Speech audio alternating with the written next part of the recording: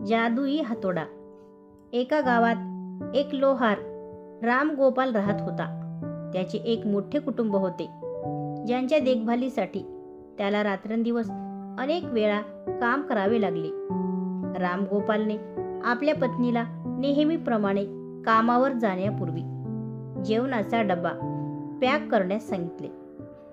पत्नीने पेटी आणली तेव्हा राम गोपाल म्हणाला, मला आज उशीर होईल, कदाचित मी रात्री येईन.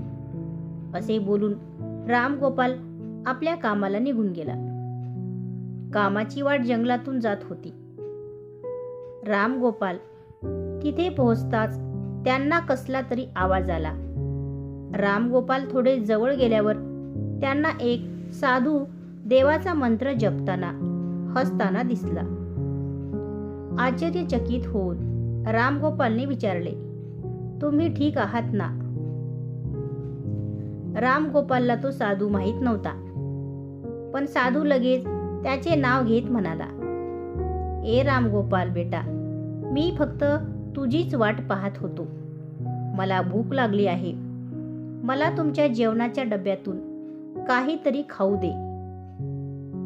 बाबांकडून त्यांचे नाव ऐकून राम गोपालला आश्चर्य वाटले, पण त्याने काही प्रश्न विचारला नाही आणि लगेच जेवणाचा डबा काढला आणि त्यांना दिला. काही वेळातच बाबांनी राम गोपालचे सर्व जेवण खाल्ले.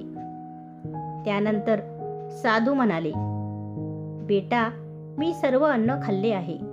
आता तू काय खाणार आहेस? मला माफ कर. राम गोपाल म्हणाला, काही हरकत नाही बाबा, मी कामानिमित्त बाजारात जातोय, तिथेच काहीतरी खाईन. हे ऐकून साधूने राम गोपालला खूप आशीर्वाद दिला आणि त्याला एक हातोडा भेट म्हणून दिला. राम गोपाल म्हणाले, तुमचे आशीर्वाद पुरेसे आहेत. मी या हातोड्याचे काय करू? ते स्वतः ठेवा. साधूने उत्तर दिले, बेटा, हा किरकोळ हातोडा नाही, हा जादूचा हातोडा आहे, जो मला माझ्या स्वामींनी दिला आहे आणि आता मी तुला देत आहे, कारण तुझे हृदय शुद्ध आहे. त्याचा उपयोग फक्त चांगल्या कामासाठी करा आणि इतरांच्या हातात कधीही देऊ नका. असे बोलून बाबा तिथून गायब झाले. राम गोपाल हातात हातोडा घेऊन बाजारात कामाला गेला. साधन बनवण्यापूर्वी त्याच्या मनात आले की आज मी या हातोड्याने लोखंडाला मारतो. लोखंडावर हातोड्याने मारताच ते सरळ साधन झाले. दुसऱ्या वेळेस लोखंडी भांडी केली. रामगोपालला समजले की हा खरोखर जादूचा हातोडा आहे, जो लोखंडाला बनवण्याच्या विचाराने मारतो. ते लोखंड सरळ होतो. जादुई हातोड्यामुळे रामगोपालचे काम लवकर संपते आणि तो जादुई हातोडा आपल्यासोबत घरी घेऊन गेला. त्याचप्रमाणे रामगोपाल रोजच्या रोज त्या हातोड्याने काम लवकर उरकायचा आणि अनेक वेळा जास्त भांडी बनवून गावातील लोकांना विकायचा. हळूहळू त्याच्या घरची परिस्थिती पूर्वीपेक्षा चांगली होऊ लागली.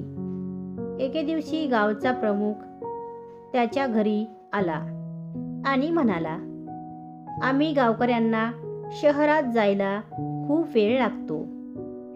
गाव आणि शहराच्या मध्ये उभा असलेला डोंगर फोडण्यासाठी तुम्ही हातोडा वापराल का? यातून मधोमध रस्ता होणार असून गावाकडून शहरापर्यंतचा प्रवास सोपा आणि छोटा होणार आहे. गाव प्रमुखाचे म्हणणे ऐकून रामगोपालने त्या जादुई हातोड्याने तो पर्वत तोडला.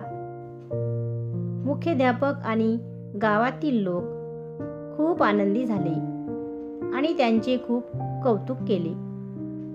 डोंगर फोडून घरी परतत असताना रामगोपालला असे वाटले की या जादुई हातोड्याने माझे काम लवकर होते, पण त्याचा फारसा उपयोग होत नाही.